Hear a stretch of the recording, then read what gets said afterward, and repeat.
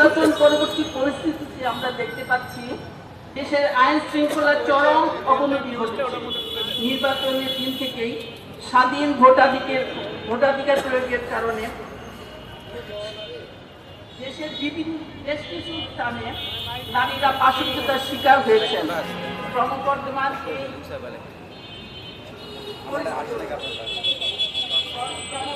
এই সহিংসতায় দেশের সর্বোচ্চ বিদ্যাপীঠ ঢাকা বিশ্ববিদ্যালয় ও রাজধানী সহ সারা দেশে দুষ্কৃতিকারীরা অবাধে অপরাধ সংঘটিত করে যাচ্ছে।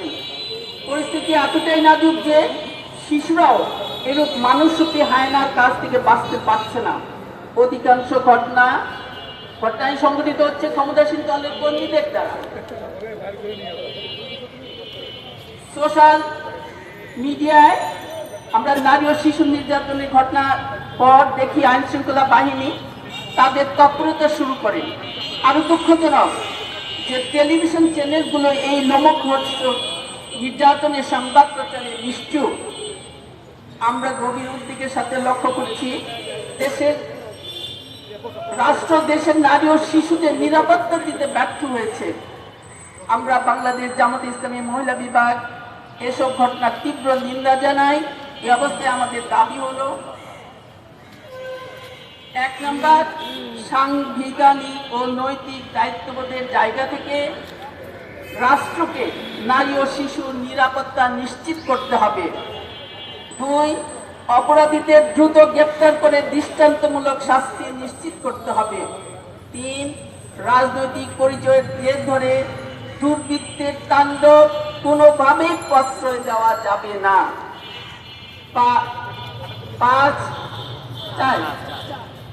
এ ধরনের বর্বরতাকে রুখতে রাষ্ট্রকে বিচারহীন সংস্কৃতি বন্ধ করতে হবে।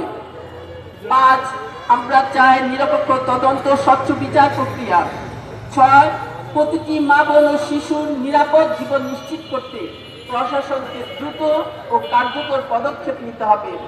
৭, গ্রেফতারকৃত অপরাধীদের দ্রুত বিচার ট্রাইব্যুনালে সর্বোচ্চ শাস্তি নিশ্চিত করতে হবে। ৮, যে প্রভাবশালী চক্র অপরাধীদের রক্ষা করার চেষ্টা করেছেন তাদের বিরুদ্ধে অবিলম্বে ব্যবস্থা নিতে হবে। ৯, মামলা নিতে পুলিশের গড়িমসি তদন্ত করে দায়ী কর্মকর্তাদের বিরুদ্ধে বিভাগীয় ব্যবস্থা নিতে হবে। ১০, শিশু নিরাপত্তা ও ধর্ষণ নির্যাতন প্রতিরোধে রাষ্ট্রকে কার্যকর, কঠোর ও দীর্ঘমেয়াদী নীতি গ্রহণ করতে হবে। আসুন মানবতা ও ন্যায় পক্ষে ঐক্যবদ্ধ হয়ে আমরা অন্যায়ের বিরুদ্ধে সোচ্চার হই। সবাইকে ধন্যবাদ জানিয়ে শেষ করছি। আসসালাম।